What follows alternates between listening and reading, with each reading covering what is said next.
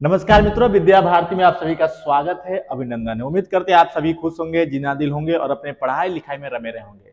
तो चलिए समय की बर्बादी न करते हम लोग क्लास की शुरुआत करते हैं। और आज की क्लास का एक बहुत ही महत्वपूर्ण टॉपिक है, क्योंकि आज का जो टॉपिक है वो खास करके आए दिन वो अखबारों की सुर्खियां बना हुआ है, और वो है आपका लिबर्टी से, फ्रीडम से, स्वतंत्रता से। ठीक है, तो मैं आपसे आज बातचीत इसी पे करूंगा कि किसी भी देश के लिए स्वतंत्रता क्यों जरूरी होता है और वहां के रहने वाले लोगों के लिए स्वतंत्रता क्यों जरूरी होता है। आपको भी लगता है कि भाई मुझे कोई रोक रहा है, टोक रहा है, कोई आपको किसी कार्य को करने से मना कर रहा है तो दुखी हो जाते हैं। आपको ऐसा लगता है कि हमें किसी न किसी आजादी तो मिल गया, लेकिन सही मायने में आजादी नहीं है। तो मैं बात करना चाहता हूं इंडियन कॉन्स्टिट्यूशन का, और इंडियन कॉन्स्टिट्यूशन का भाग 3 का, और जो एक आर्टिकल है 12 से लेकर 35 तक, जिसे हम लोग कहते हैं मूल अधिकार, फंडामेंटल राइट्स। ठीक है, मूल अधिकार से संबंधित आप जानते होंगे कि जो भी एग्जाम देंगे, अब देखिएगा लगभग कहीं ना कहीं क्वेश्चन आपको एक दो आ ही जाता है। ठीक है, लेकिन कुछ उसमें ऐसे पॉइंट्स होते हैं जिसको हम लोग सही मायने में समझ नहीं पाते, और कई बार क्या हो जाता है, गलती हो जाती है। तो इसी मूल अधिकारों में एक अधिकार है, क्योंकि आप जानते होंगे कि जो मूल संविधान था उसमें 7 मूल अधिकार थे, लेकिन वर्तमान समय में वो कितने हैं, 6 मूल अधिकार हैं, 6 फंडामेंटल राइट्स हैं। ठीक है, तो सवाल ये है कि जो हम लोग को आज सीखना है, पढ़ना है, मैं उस पर ही बात करता हूं। ठीक है, जैसे कि आपको पता होगा कि आर्टिकल 12 से लेकर कहां तक, 35 तक, आर्टिकल 12 से 35 तक भारतीय संविधान में मूल अधिकारों की चर्चा की गई है। तो इन्हीं मूल अधिकारों में से आज हम लोग एक मूल अधिकार पढ़ेंगे, क्योंकि आपको वह अधिकार इसलिए महत्वपूर्ण है क्योंकि आए दिन अखबारों में, न्यूज में उससे संबंधित बातें चल रही है। यहां तक कि सुप्रीम कोर्ट भी इसमें इंटरफेयर किया है। ठीक है, अब जब सुप्रीम कोर्ट जब मूल अधिकार में जब इंटरफेयर करता है तो निश्चित रूप से एग्जाम में आने की संभावना ज्यादा हो जाता है। ठीक है, तो मैं बात करता हूं कि ऐसा कौन सा अधिकार है, ऐसा कौन सा राइट्स है जिसको आज के समय में अखबारों में सुर्खियों में चल रहा है, उस पर हम लोग बातचीत करना चाहेंगे। और वो है हमारा खास करके जिसकी मैं बात करना चाहता हूं, थोड़ा ध्यान से देखिएगा, समझिएगा। आपको मैंने यहां पर लिखा स्वतंत्रता का अधिकार। ठीक है, कौन सा अधिकार, स्वतंत्रता का अधिकार। ठीक है, इसे हम लोग राइट टू लिबर्टी या राइट टू फ्रीडम के नाम से जानते हैं, स्वतंत्रता का अधिकार। आप सभी को मालूम है कि ये जो आपका स्वतंत्रता का अधिकार है, ठीक है, जिसका उल्लेख भारत के संविधान में आर्टिकल 19 से लेकर आर्टिकल 22 तक किया गया है। आर्टिकल 19 से लेकर आर्टिकल 22 तक किया गया है। ओके, तो मैंने आपको क्या बताया, स्वतंत्रता का अधिकार, इसके पहले आपको पता होगा राइट टू इक्वलिटी, समता का अधिकार है। ठीक है, लेकिन हम लोग बात करना चाहते हैं स्वतंत्रता के अधिकार पे।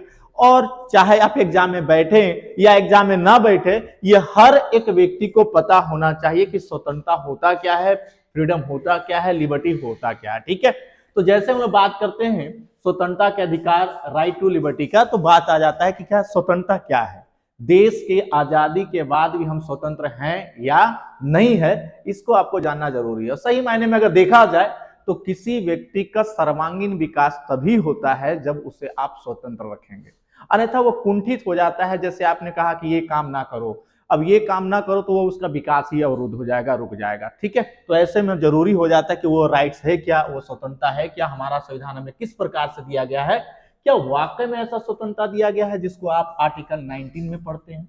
कौन सा आर्टिकल में, 19 में।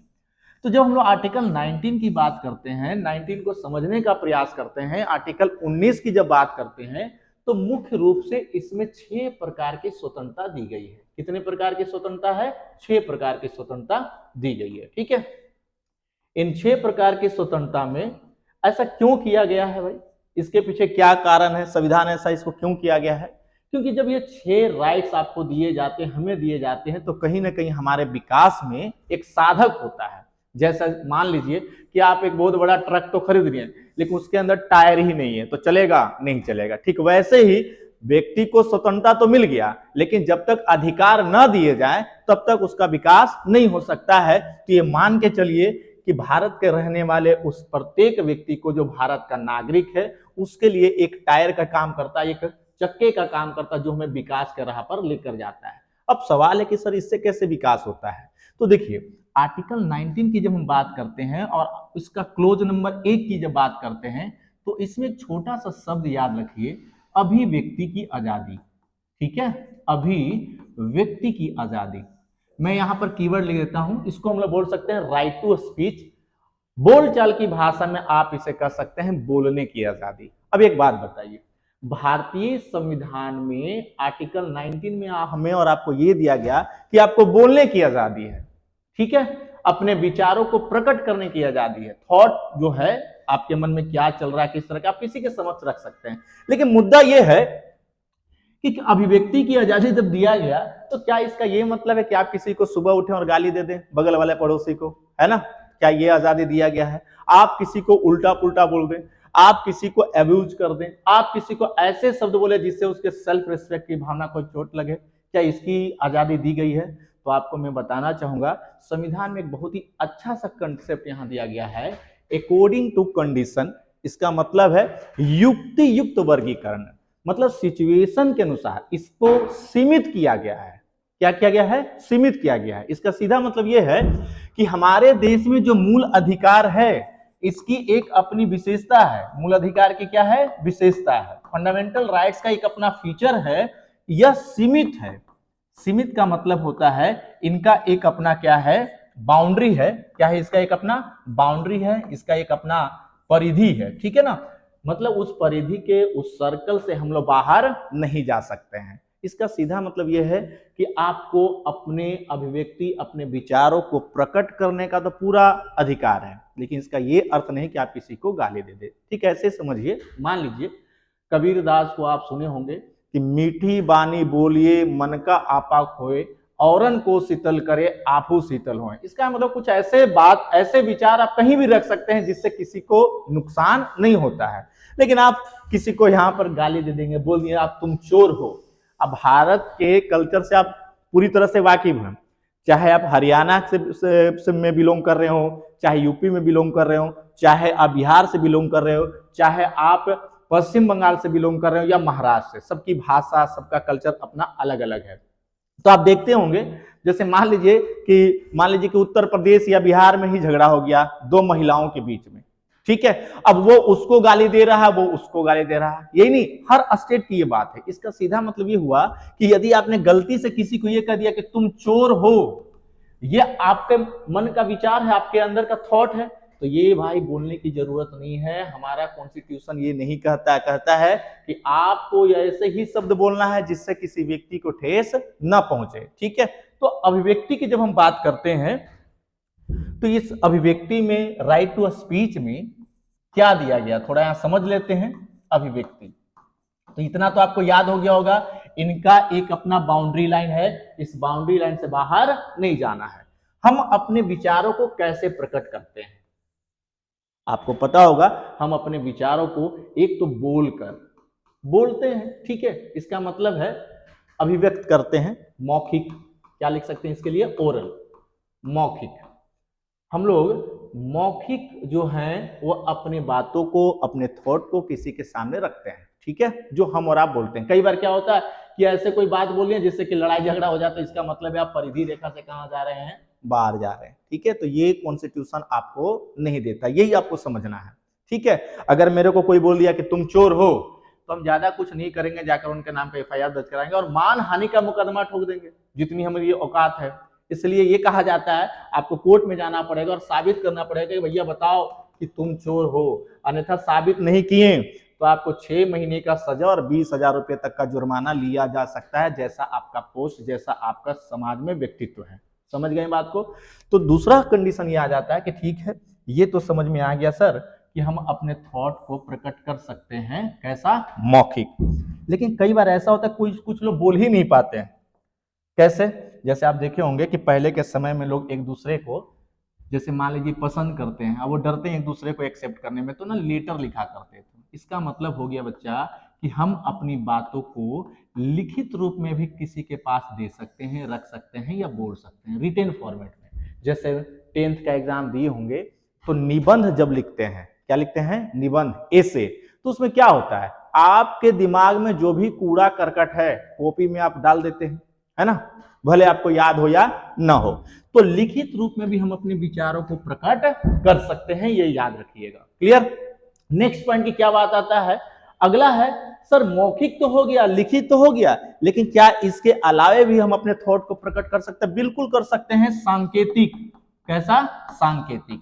मेरे ख्याल से आज के इस आधुनिक समय में ऐसा कोई व्यक्ति नहीं होगा जिसके पास मोबाइल नहीं होगा। और जैसा होता है कि आजकल इतने लोग आलस हो गए हैं ना कि टेक्स्ट मैसेज करना नहीं चाहते हैं, ठीक है। जैसे अब भाई आपने कुछ बात बोला और वो गुस्से में हो गए तो तुरंत एक बड़े वाला इमोजी भेज देते हैं अगले के व्हाट्सएप पे। इमोजी देख रहे होंगे ना, मुंह जो होगा उसका, माउथ होगा लाल लाल राक्षस जैसा रहेगा, ठीक है। इससे वो प्रकट करता है कि भाई हम आपसे गुस्से में हैं। और कुछ लोग ऐसा होता है कि सर हम बीमार हैं, तो मुंह में क्या रहेगा, थर्मामीटर डाल के भेज देता है। तो ये क्या है? एक सिंबल है, एक फोटो है, एक तस्वीर है जो अपनी व्यथा को उसके सामने प्रकट कर रहा है, बता रहा है कि हम इस कंडीशन में हैं। मतलब आप सांकेतिक भी किसी को अपनी विचारों को प्रकट कर सकते हैं। अब इसका ये मतलब नहीं है कि जब आप किसी को व्हाट्सएप कर रहे हैं, जब आप किसी को लिखित भेज रहे हैं तो उसमें आप अश्लील बातें लिख दें। ध्यान रखिएगा, फंडामेंटल राइट्स उसके मतलब अलाउंसमेंट करता है कि अगर ऐसा करते हैं तो आपके ऊपर मुकदमा चलाया जाएगा, इसलिए सोच समझकर मैसेज करना चाहिए। सांकेतिक फोटो भेज सकते हैं, लेकिन किसी भी प्रकार का कोई अश्लील फोटो आप किसी को भेज नहीं सकते हैं, नहीं तो फिर साइबर क्राइम एक्ट के तहत आपके ऊपर मुकदमा दर्ज किया जाएगा। तो मुझे लगता है कि अभिव्यक्ति का मतलब है कि हम अपने विकास के लिए अपने थॉट को एक जगह रख सकते हैं। अब आप बताइए, मीडिया का नाम सुने होंगे, चाहे वो इलेक्ट्रॉनिक मीडिया हो, चाहे वो प्रिंट मीडिया हो, इसी आर्टिकल का सहारा लेता है, आर्टिकल 19 का क्लोज नंबर 1। इसी को बोलते हैं मीडिया का अधिकार, प्रेस की आजादी। तो उम्मीद करते हैं ये लाइन तो आपको समझ में आ गया होगा। अगले पॉइंट पे आते हैं। इसके अलावे और भी बहुत कुछ है आपका। अभिव्यक्ति की आजादी तो समझ में आ गया, ठीक है ना। नेक्स्ट पॉइंट पे आते हैं। क्या इसमें और भी है? बिल्कुल है। जब हम लोग 2 की बात करते हैं, 3 की बात करते हैं, 4 की बात करते हैं, 5 की बात करते हैं और 6, एक तो आपको पढ़ा दिए, 6 की बात करते हैं, ठीक है। दूसरे नंबर पे जब हम जाते हैं तो इसमें दिया गया है भाई कि देखिए सम्मेलन। क्या बोला गया है? सम्मेलन। सम्मेलन का मतलब होता है कॉन्फ्रेंस, धरना देने की आजादी, कॉन्फ्रेंस करने की आजादी। अब ये सम्मेलन का क्या मतलब है? सम्मेलन का मतलब है कि आप शांति पूर्वक कहीं भी धरना दे सकते हैं, आप शांति पूर्वक कहीं भी आप बैठ सकते हैं, अपनी मांगों को पूरा कर सकते हैं, लेकिन विदाउट आर्म्स। किसी भी प्रकार का कोई हथियार, किसी तरह का कोई हिंसा वाला घटना नहीं होना चाहिए। तो पुलिस क्या करती है, हमारे स्टूडेंट को देखते रहती है कब वो इस आर्टिकल का उल्लंघन करता है।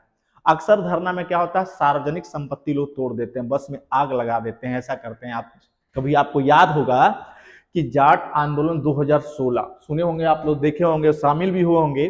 तो इसका क्या मतलब था? आंदोलन तो जरूर हुआ, धरनाबाजी हुआ, सम्मेलन हुआ, लेकिन कई बार ऐसे होते हैं कि हम लोग मतलब एक प्रकार का उत्सुकता में आकर इस बात को समझ नहीं पाते और कई बार सरकारी संपत्ति का हम लोग तोड़फोड़ कर देते हैं।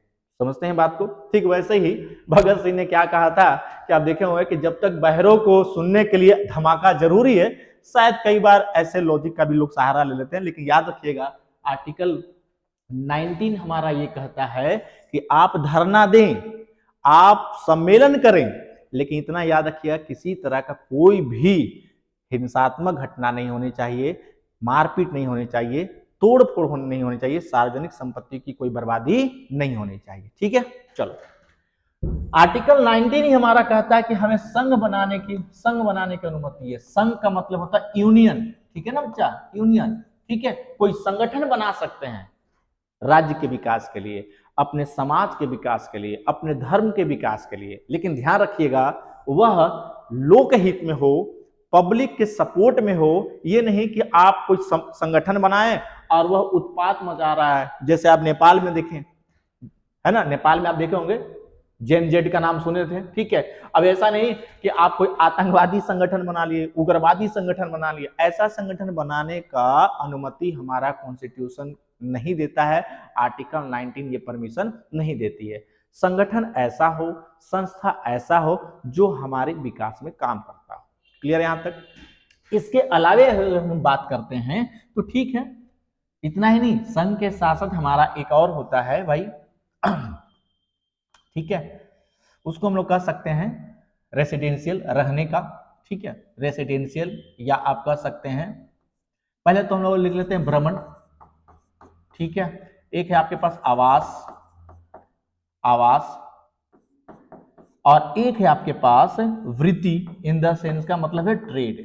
भ्रमण का मतलब क्या हुआ कि ऐसे स्थान पर आपको घूमने फिरने की आजादी है जो सार्वजनिक है। क्या है? सार्वजनिक है। लेकिन ऐसा नहीं कि आप जाकर रेलवे स्टेशन पर वॉकिंग करने लगे, ठीक है, क्योंकि वो भारत सरकार का एक अपना प्रॉपर्टी है और वहां पे एक अपना कानून लागू होता है, ठीक है। भ्रमण करने की आजादी है जहां पर लोकहित का मामला हो, जहां सार्वजनिक रूप से सरकार ने छूट दिया, वहां आप घूम फिर सकते हैं, ठीक है। उसी जगह पर आवास, आप अपना घर भी बना सकते हैं, लेकिन ऐसा नहीं कि हाईवे के बीच में आपका जमीन निकल रहा वहीं घर बना लेंगे, तो वहां पर आपको चेंज करना पड़ेगा कि देश के विकास के लिए जरूरी है कि आपको वहां से हटना पड़ेगा, कुछ पैसे लेकर, मुआवजा लेकर, ठीक है। आवास बना सकते हैं, ठीक है, कुछ स्थानों को विशेष करके छोड़कर, ठीक है। वृत्ति, व्यापार करने की आजादी। क्या करने की आजादी? व्यापार करने की आजादी। लेकिन ये कहा कि व्यापार करने की आजादी है, ऐसा कोई भी व्यापार नहीं होना चाहिए जिससे समाज के लिए वो कलंकित होता है, समाज को नुकसान, नकारात्मक मैसेज देता है।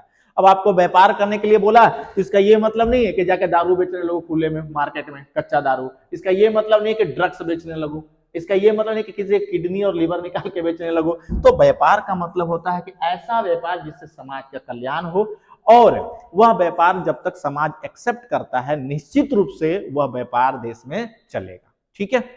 हाँ, आए दिन इसमें बदलाव